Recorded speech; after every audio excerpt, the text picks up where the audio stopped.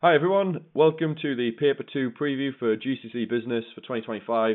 Hopefully, I'm recording this after Paper 1. Hopefully Paper 1 went well. Feedback I had from students I spoke to was that it was okay. Case studies were pretty manageable, pretty accessible. And although there was a few like economic bits that came up, the case studies gave you a bit. I haven't seen the paper yet. I won't see it until Monday. But hopefully that went well. And then now you have kind of a bit of an idea of what to expect. Let's get ready for Paper 2. So in this video, we are going to go through kind of same things we did in the Paper 1 video. We're going to look at the bit of an introduction, general kind of things. By this point, you've probably done Paper 1. Well, you will have done Paper 1 because I'm recording this after Paper 1 was done. But you've probably watched the Paper 1 video. But I will go through some of those little bits just again, just another reminder, and for the benefit of anyone who didn't watch the Paper 1 video. We'll look at essay questions and calculation from previous years. We'll look at some key terminology, some exam technique basics, and then some final tips. So some of these bits, if you watch the Paper 1 video, some of these bits will be similar or like the same but of a different framing. So please do look at the section in the description that has the different timestamps and pick the bits that you need, right? Pick the bits that are specific to Paper 2 because you might not need the whole thing. And I've got no problem with you just watching the bits that you need, okay? So exam intro, we've got sections A, B and C, 35, 30 and 25 marks. You want to probably spend time-wise about 35 minutes on each of these sections. When we talk about 1, 2 and 3 markers, we're talking about short answer questions. When we're talking about 6, 9 and 12 markers, we're talking about long answer questions. So the idea here is you maximize section A because there are mostly short answer questions like 1, 2 and 3 markers. 18 of the marks are 3 markers, there's 6 of them. And then it means that you should get a higher percentage of marks in section A than you will in B and C. B and C, look, it's harder to get 12 out of 12 than it is to get 3 out of 3 4 times on a 3 marker. So it's, you should find your marks easy to get on the short answer questions. So you want to make sure you maximize those. In terms of what kind of questions come up, I'll just took out the way a minute. We've got multiple choice questions. They're 1 mark and 2 mark questions. We get a few of those in a few places. We've got 8 marks worth of calculation questions. We've got, as I mentioned, 6 of those 3 mark questions, and in section A we've got a discussed question, which is a 6 marker without the case study. We've got 2 6 mark analysed questions in section B. We've got a 9 mark question in section B, and then the rest are just kind of 1 and 2 markers, including the 2 calculations. Then section C is 2 1 mark questions, a 2 mark question, and a 9 marker and 12 marker. So the bigger essays all kind of appear. The 9 marker and then the 9 and 12 marker will all appear at the back end of sections B and C. So what's come up in previous years? We've had 12 markers on ethics, logistics, takeovers, flexible and remote working, and pricing and profit. So some specific key terms there. I think theme 2 is a bit more specific in terms of the key terminology. For 9 markers, we've had a few. I'm not going to read through them all, but you can. My idea would be, if you're looking at this list and you know all those key terms, you're in a pretty good place. And if there are any key terms of that you don't recognise, it's definitely worth having a look at them and doing that as part of your revision, because these have been the essay questions. You want to make sure you're prepared for those essay questions.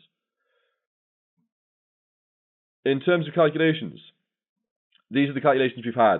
I've got a separate calculation video. All the Theme 2 calculations are covered in that. It is linked in the description. If I have the wizardry of YouTube editing skills, I will make it pop up as a link here. I think I can do that. We're going to find out. If it's not there, then I can't do that. So we'll see how that goes. But yeah, gross profit, net profit, average rate of return, profit margins, analysis of stock control diagrams come up a bunch of times. And then that's that graph question at the end. It's one of the 1 markers in section C. Always is a interpretation from a graph question, so you want to make sure you're prepared for that one as well. Okay, so let's have some key Theme 2 terminology. I've gone through this table. I've put down what I think are like the specific key terms you need to be aware of. I've got a Quizlet link for all of the Theme 2 key terms, so I'll put that in the description as well. There's obviously recap videos for all of Theme 2, so you can have a look at those as well. But I've highlighted a few specific ones that I think are worth making sure you know, just because I think these are ones that are the most specific. So the design mix, so that's aesthetics, function, and economic manufacture. Make sure you know what those 3 elements are, and make sure you know what they refer to. Production methods, make sure you know the difference between job batch and flow production. Make sure you know the difference between productivity and efficiency. They're obviously covered in the 2.3 video. Procurement and logistics are really specific key terms. So procurement is about finding the right suppliers. And logistics is about kind of making sure that the delivery and things like that are appropriate and on time. Quality control and quality assurance. Quality control is where quality is checked at the end of the production process. Quality assurance is where it's checked throughout. So that's really important as well. The sales process, there's a few specific parts of the sales process. Things like product knowledge and delivery, speed and delivery of service and after sales care and stuff. Just make sure you know what they are, because that could be a really easy like 1-mark question or multiple choice question. You've got to identify those. Centralization and decentralization is worth knowing as well. That is about where the decisions are made within a business. So it's in the 2.5 video, but centralization is where all the decisions are made at the center of the company, the top usually. Stores look very similar. You might not see much differentiation between one version of that store in one location and another in another. Decentralization is where they give the power to the branch managers. So we might see a bit more variation, a bit more targeting of local needs. There's loads in there. I think theme 1 is more easy with the key terminology, but I think the case studies are quite often harder because they're usually small businesses. Theme 2, I think terminology-wise is harder. But if you know your terminology, the case studies are usually a bit easier because the case studies are usually businesses you're aware of, so you probably know like some competitors and stuff like that. That can potentially be quite helpful. So those would be the key terms I would be focusing on. In terms of exam technique, so we've got knowledge, we've got analysis, application, and evaluation. These are our kind of 4 big assessment skills. Knowledge, making your points accurate, using key terms and concepts accurately. So just do you know your content?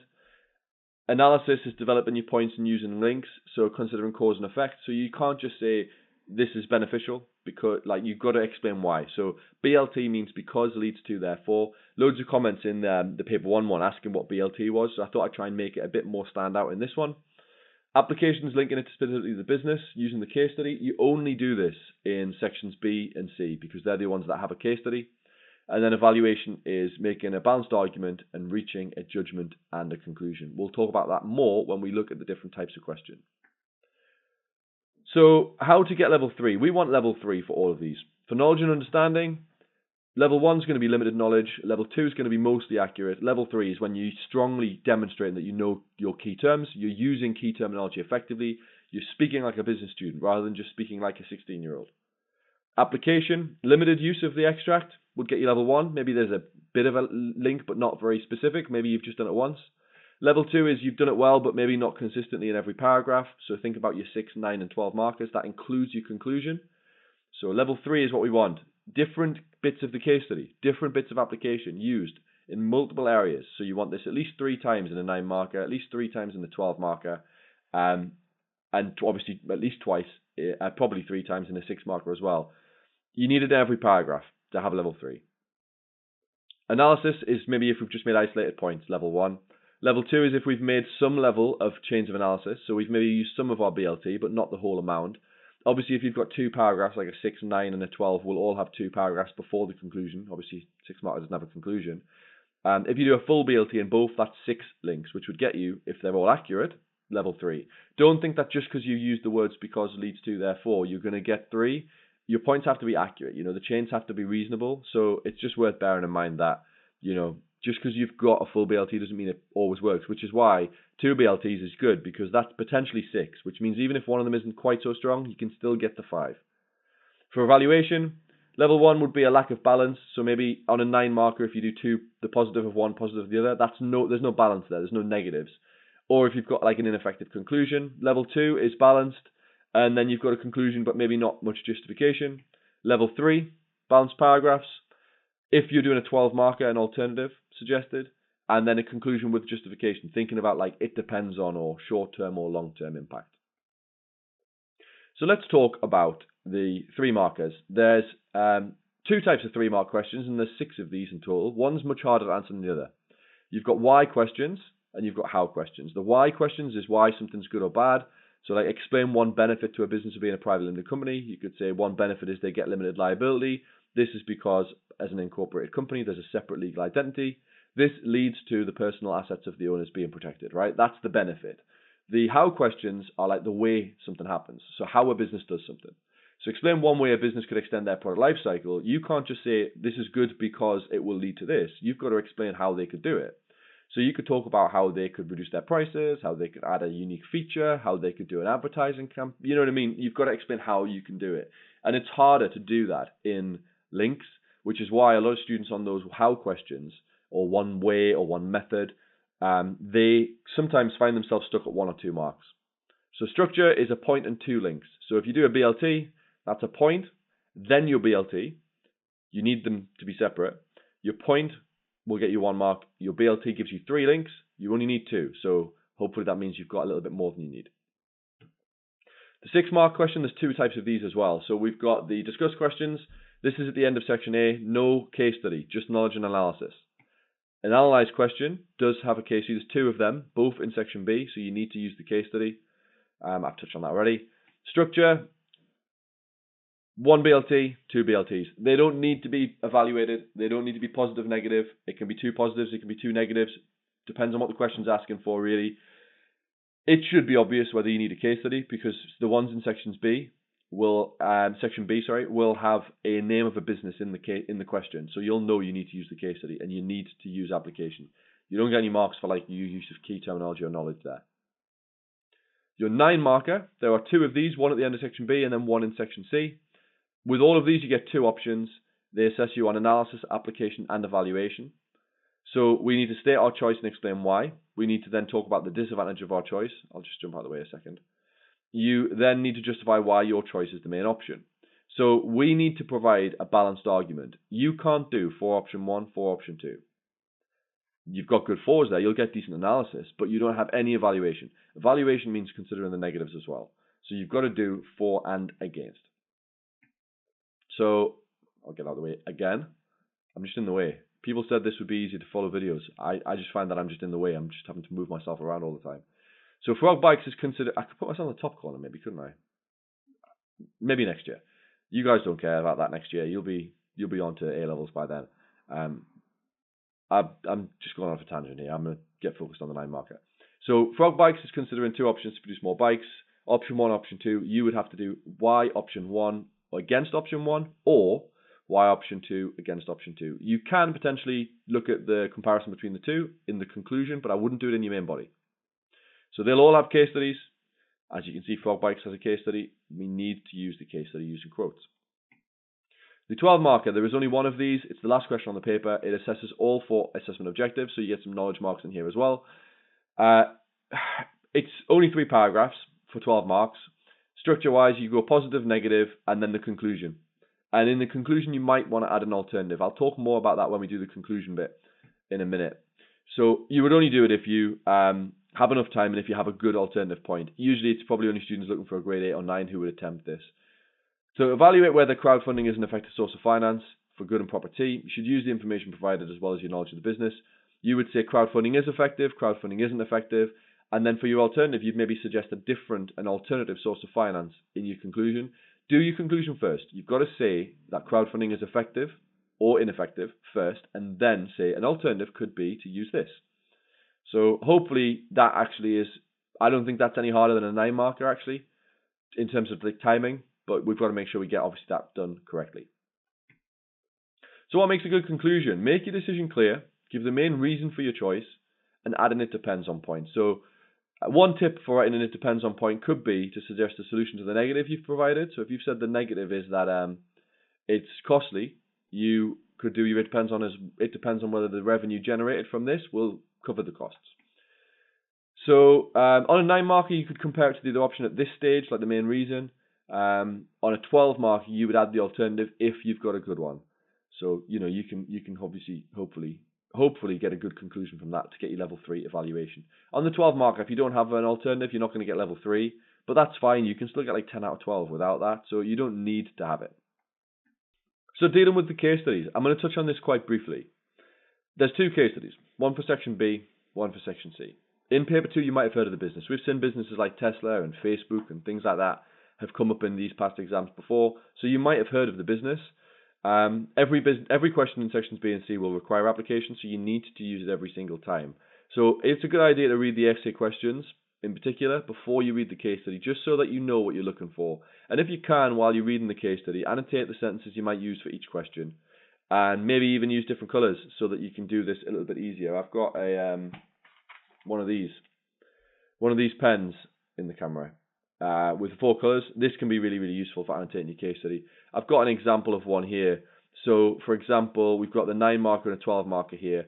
9 marker and 12 marker. If you highlight the case study kind of effectively, you can identify which bits are for which question. And if you do that effectively in the beginning, it makes doing the essay questioning a lot quicker and a lot easier later on.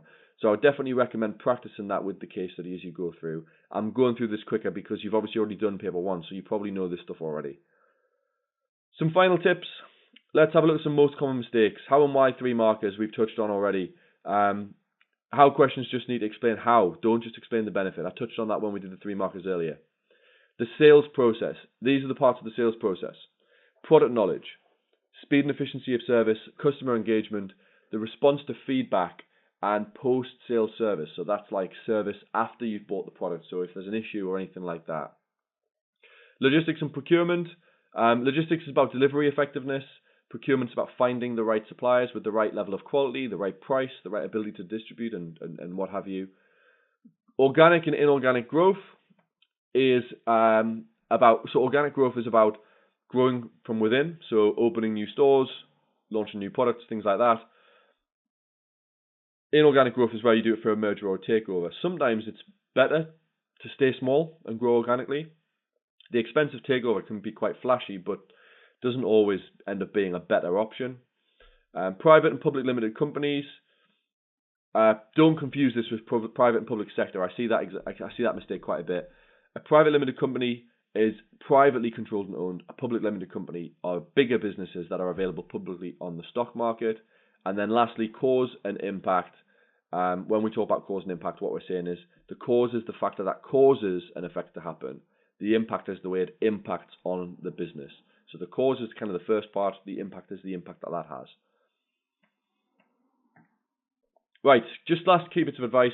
Section A, maximise your marks. Try and go quicker than 1 mark a minute, especially on your short answer questions. And make sure you don't sell your 3 markers short. Some students don't do the full kind of links and just end up getting 1 or 2. For sections B and C, use the case study. Make sure you get your timing right on your long answer questions.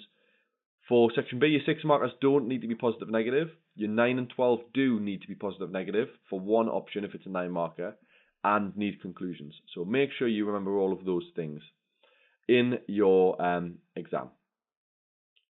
Right, that's it. Right, that's us done. Good luck with paper 2. Hopefully it goes really, really well. If you are sticking around for A-level business next year for Edexcel, there's a whole bunch of stuff on the channel for that as well. So hopefully I'll see you in the over the next couple of years. I'll be able to help you out a little bit more. All right. If you've got any questions ahead of paper 2, put them in the comments. There's a whole lot of resources in the description, so have a look at those as well. And yeah, I'll see you soon. Thank you very much.